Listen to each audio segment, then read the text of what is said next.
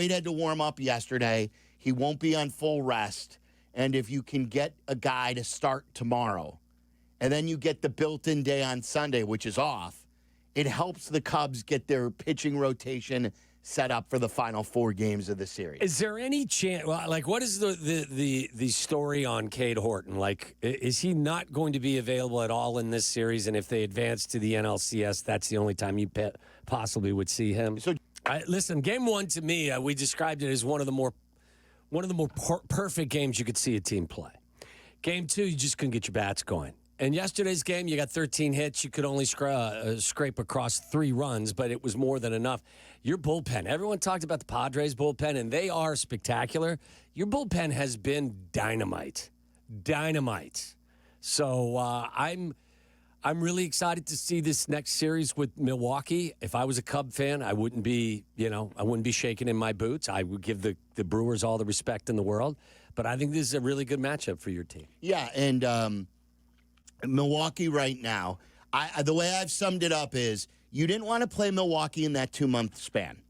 But outside of that 2-month span, like they rode that 2-month span to winning the division. Now they're back to just being the Brewers, who are a very good team, but you're also a very good team. Yeah. And I think the Cubs, the way I've called it, it's a pick'em series. I think the Cubs have a really good shot. I like the fact that Kyle Tucker is starting to hit the baseball, at least in the form of hits, maybe not power. Maybe he's lost the power, but he pulled the ball a couple of times. He went the opposite way and dumped one into left field. If Kyle Tucker can start hitting at the clip that we know Kyle Tucker can hit, and if PCA isn't lost, we know how much different of a team this Cubs team is when Tucker and PCA are dynamic players. Which are you more confident in? That Tucker has found it more or less, or that PCA is on the verge of kind of breaking out? Because I know where I would go definitively. You would go Tucker if I know you. Yes. I would say to you that I would have more confidence that Tucker's on the verge of looking more like he did earlier in the season. And he's been there and done that. Think about how many big games he's played for the Astros, winning a World Series and being in all these really important playoff games throughout the year. So it's still new for PCA. It's new for some of the Cubs who have never been in it. Right. Dansby obviously played like a player who is used to the light and the spotlight of the playoffs.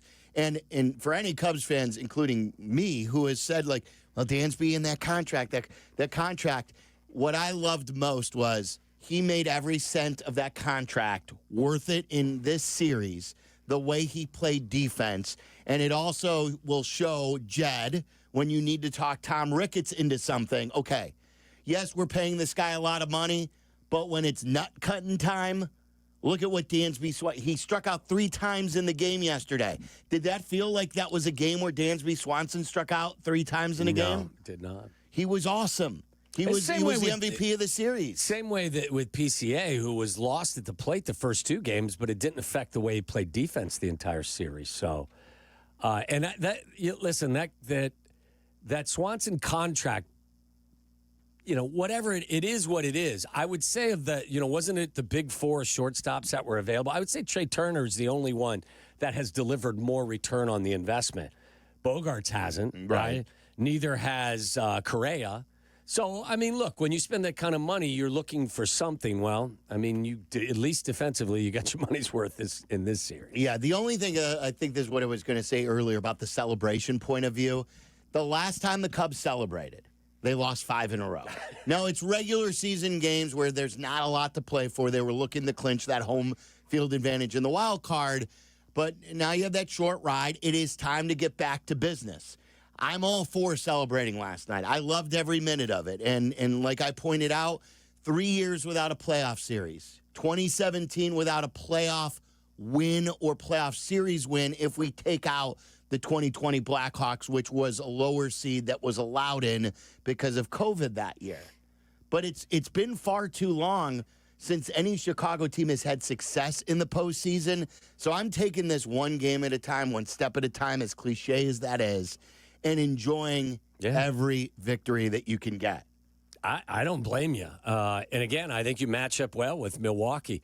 I think every team, other than we were talking about this a little bit earlier, other than maybe the Reds and the Guardians, all of the postseason participants kind of limped through the last few weeks of the regular season. The Brewers in the second half were more of a normal type of team after that ridiculous start. I believe they were 8-10 in their last 18 games to finish the season. So, obviously they had the division wrapped up sooner rather than later. But, I mean, I wouldn't be going up to Milwaukee feeling like this is some insurmountable task. What was the record last year, guys, with the 4 teams that had byes? Didn't they go 1-3 or something like that? Hasn't been the trend recently? The teams with a good record that haven't played. I even saw the Phillies. I think it was last night. They drew 30,000 for a team scrimmage. Did you see this? I didn't see that, no. Because they're trying to get out there and stay fresh. These teams, the ones that have momentum and keep playing, like you would always want an advancement to the next round. Right. I would never say, if you gave me the choice, would you rather have the Cubs playing? Like Wilbon was always like, I want them to keep playing. But to me, I'd always take the free pass to the next round because it's automatic. I want all of my arms rested, and I want to be able to move my pieces the way that I want to move them and not be beholden to how many innings some other guys have pitched. I saw also that the Mariners did something similar, and Ichiro was part of the... Oh, did he? Yeah, it was part of like the tune-up game. By the way, to answer your question, too, half of the teams have lost out of the bye in the divisional series, and only 2 have ever won the World Series. So is this last year or for the length of this Just has been going since on? they've been doing it. How long has this been going on? 2-3 years? I think it's showing there have been 12 teams that have gotten the bye, so 2 in each. So 3 years. Yeah. So I am my official prediction. I won't make you wait because I know you've been waiting. No. Oh, God. No one's been waiting. Get a drum roll. Cubs in 4. Okay, I like it. I have the Cubs stealing a game in Milwaukee and winning both at Wrigley Field. It'd be nice. I think if you get one coming off of the high and not knowing who's pitching, have they officially set up who's pitching? Jesse has speculated that it will be he thinks it will be Assad, who is not on the playoff roster in this last round, but should be. You don't want Boyd had to warm up yesterday. He won't be on full rest. And if you can get a guy to start tomorrow, and then you get the built-in day on Sunday, which is off, it helps the Cubs get their pitching rotation set up for the final 4 games of the series. Is there any chance? Well, like, what is the story on Cade Horton? Like, is he not going to be available at all in this series? And if they advance to the NLCS, that's the only time you possibly would see him. So Jesse explained it this morning. We were wondering about this on our YouTube show yesterday when I was on with Cap and Jack. So you have to set this playoff. You were on with Captain Jack? Cap and Jack. Geez. Yeah. I thought Captain Jack, for crying out loud. And by the way, Cap gave out his hotel yesterday. I got him on that one. By the way, Cap didn't show up after game 2 when they lost. I think he was traveling, though. Was he on a plane? Was he on a flight? No. I don't think so. He wasn't on his way to Vegas? No, don't think so. He was showing off his room in the Wynn.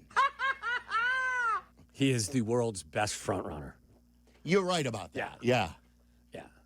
He was there for... He recapped it. So Jack was there for games 1 and 3, but not 2. Right. And same with Cap. Yes. Front runners. Captain Jack. That's called the Captain Jack front runner. Anyway, what were you saying? So about that, we were speculating and wondering. I heard Jesse try to spell this out earlier because it's complex, and I don't know if Craig Counsell has said anything, if he's spoken yet. Out in Milwaukee, they have they have like some sort of a workout today, but you got to set your playoff roster for this series.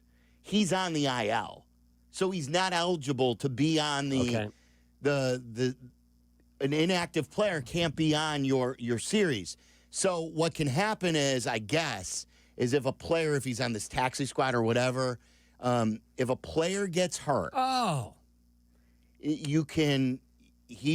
that guy becomes inactive, and you could activate one other guy. My arm, I think it's broken. And he was speculating, maybe do you do that with Soroka? The thing is, you lose that player for the next round, which I wouldn't lose any sleep over losing Soroka. Sounds very much like Caddyshack, if you remember the movie. Yes. My arm. It's broken. I think it's broken. Yeah, okay, so... But the question about that is, that's when he's eligible to come off. Yeah. Will he be healthy? Will he be ready to start a game? Will he be ready to give you innings after 15 days and longer because he pitched in that one game where they had to take him out? Yeah, I don't know. It'd be interesting. Do me a favor, real quick. Grade your manager over the course of the last 3 games. A C. He was average. Really? Yeah. Okay. I think he was I average. believe most Cubs fans would be a little bit more generous probably in their grading. I would give him an A. An A. Yeah, he was excellent all series long. Yeah, I think only someone who's got their eyes closed would bat Ian Happ third going into elimination Ian game. Happ's been one of their best players the last month.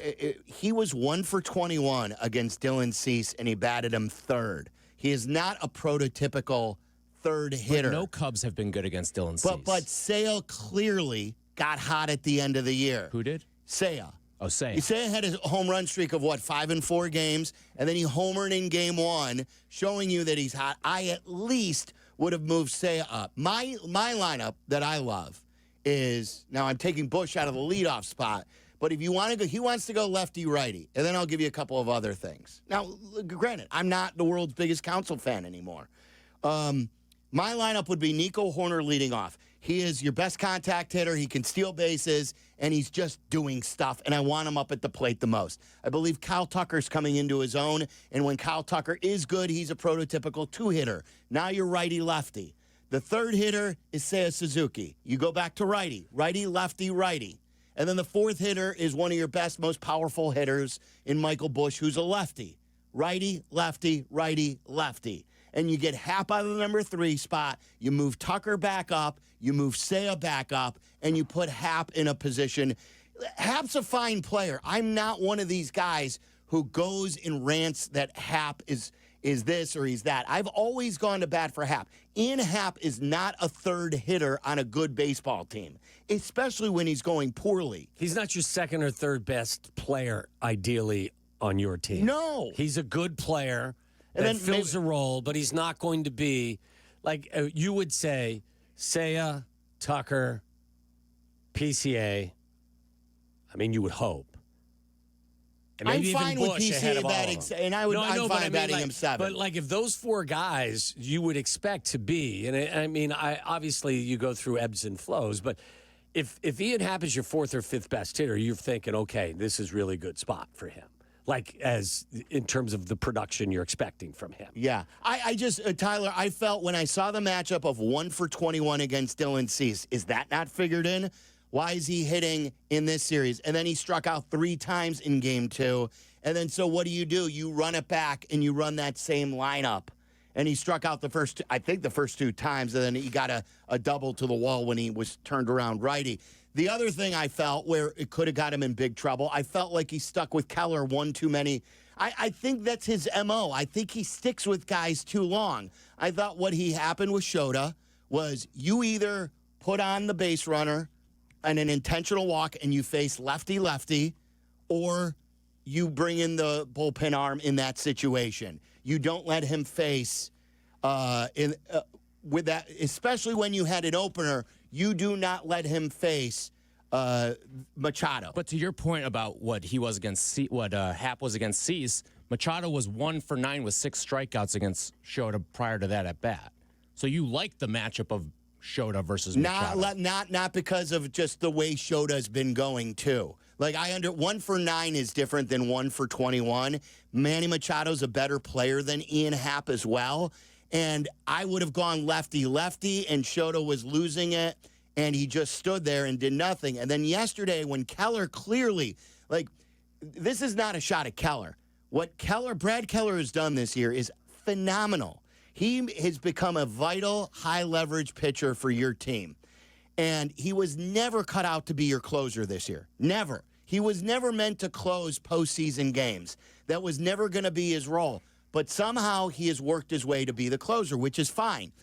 Now you're trying to get 2 innings in an elimination game. Fine.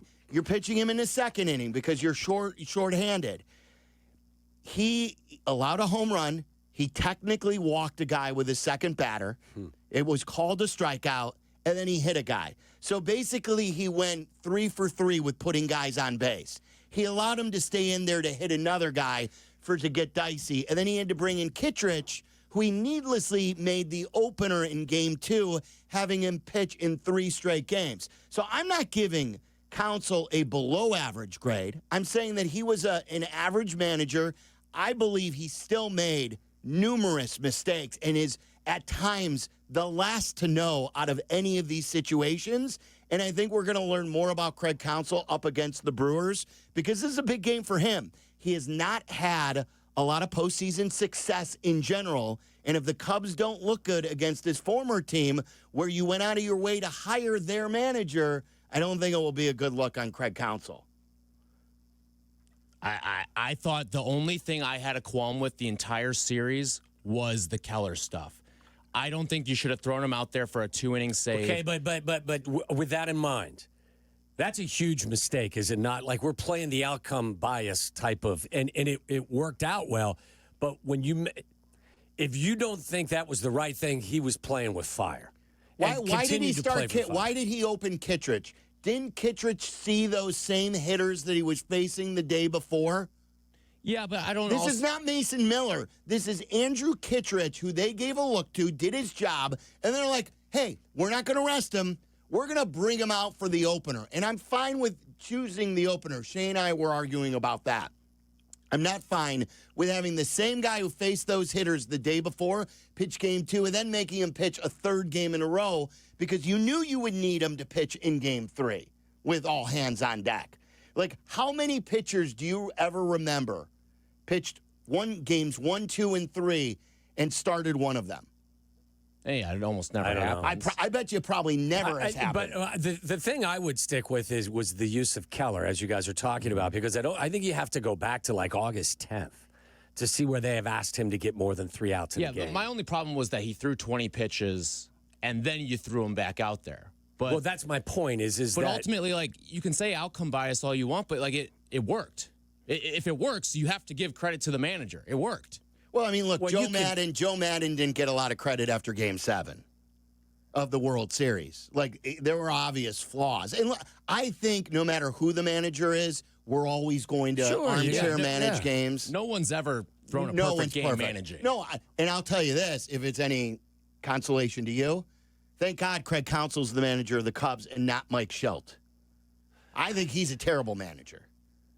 I think he's brutal. I thought he went to the well too much with some of his bullpen arms, and then he didn't throw Mason Miller. But Suarez looked like he was gassed. Listen, at the end of the day, you won in advance, and I'm sorry I lit that match. I just wanted came to out know. I'm thrilled. I'm happy. I'm just telling you, I thought he was a C. Yeah. A C is not below average. I told you he managed an average series, but I'm not throwing bouquets at Craig Counsell. Yeah, I thought it got a little hairy yesterday, unnecessarily so, at the end. Like, once, what's-his-face, Merrill hits that one out, I'm thinking probably at that point, and I know you got righty versus righty because it was Bogart coming up next, right? Bogarts? Yeah, and he's right. And like, I'm even fine then. Once he hits a guy after walking a guy and allowing a home run. Thought it got a little bit hairy. That's where you say, okay, he's pulled a few pitches.